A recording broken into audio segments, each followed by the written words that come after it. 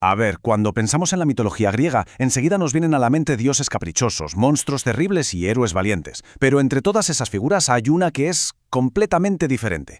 No era un monstruo, sino un maestro. No era una bestia, sino un sabio. Hoy vamos a sumergirnos en la fascinante y sobre todo trágica historia de Quirón. Para entender bien a Quirón, lo primero es saber lo que no era.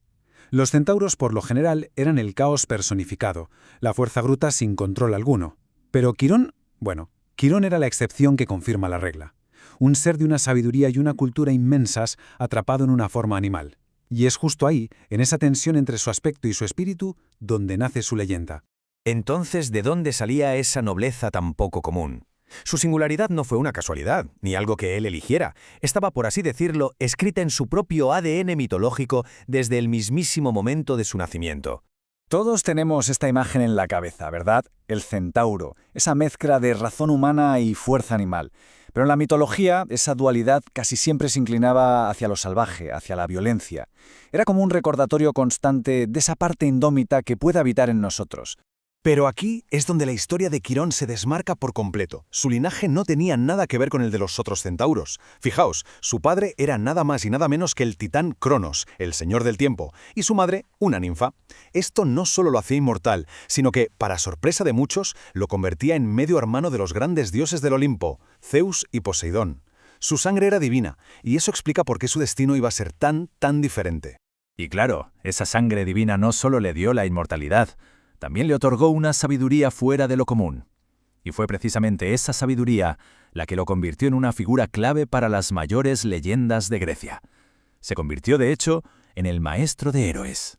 La lista de sus alumnos es un auténtico quién es quién de la mitología, pero hubo uno que eclipsó a todos los demás, el gran Aquiles. El destino del guerrero más poderoso que el mundo conocería, el gran protagonista de la guerra de Troya, fue forjado por las enseñanzas de este sabio centauro.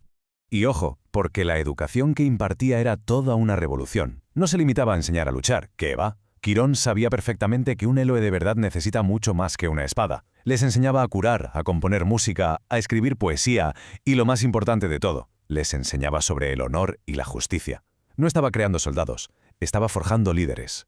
Pero, como en toda buena tragedia griega, ni toda la sabiduría del mundo pudo protegerlo del destino. La historia de este increíble mentor está a punto de dar un giro muy oscuro, marcado por un suceso que lo condenaría a un destino peor que la propia muerte. Y esto nos lleva al centro de una paradoja aterradora, la que definiría el resto de su vida. ¿Qué ocurre cuando un ser que no puede morir, que no puede encontrar el alivio de la muerte, es condenado a un sufrimiento que no termina nunca? Esa es la esencia de la terrible tragedia de Quirón. Su agonía comenzó con un terrible accidente. Una de esas ironías crueles del destino. El héroe Heracles, después de matar a la monstruosa Hidra, empapó sus flechas con la sangre de la bestia, un veneno para el que no había cura. Y en medio de una pelea, por puro y maldito azar, una de esas flechas mortales fue a clavarse en la pierna de Quirón. Este accidente no fue solo una herida, fue una condena. Lo arrojó a una prisión de dolor, sin muros ni barrotes, una paradoja terrible de la que era imposible escapar. Pensadlo un momento. Por un lado, el veneno de la hidra, que provocaba un dolor simplemente insoportable. Por otro, su inmortalidad, que le negaba la paz de la muerte. Estaba atrapado. Cada segundo era una eternidad de sufrimiento, una agonía perfecta y sin fin de la que no podía huir. Como es lógico, este sufrimiento inaguantable lo consumía por dentro. Lo llevó a buscar de forma desesperada cualquier solución, cualquier vía de escape que pusiera fin a esa tortura que su propia inmortalidad hacía eterna. Y la única solución que encontró era impensable, un acto de sacrificio supremo. Ofreció su don más valioso, su propia inmortalidad, para liberar al titán Prometeo de su castigo eterno. Al hacerlo, no solo acabaría con su propio dolor, sino que llevaría a cabo un último y grandísimo acto de compasión.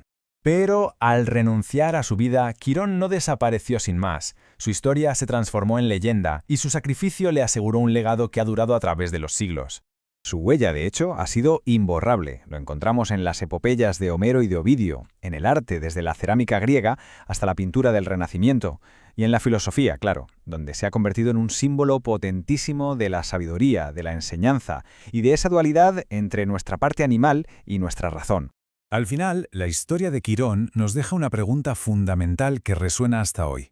¿Qué tiene más valor? ¿Una vida larga y cómoda, libre de dolor? ¿O una vida con un propósito, incluso si ese propósito nace del propio sufrimiento? Esa es la pregunta que nos deja el centauro más sabio, una lección inmortal forjada en el dolor.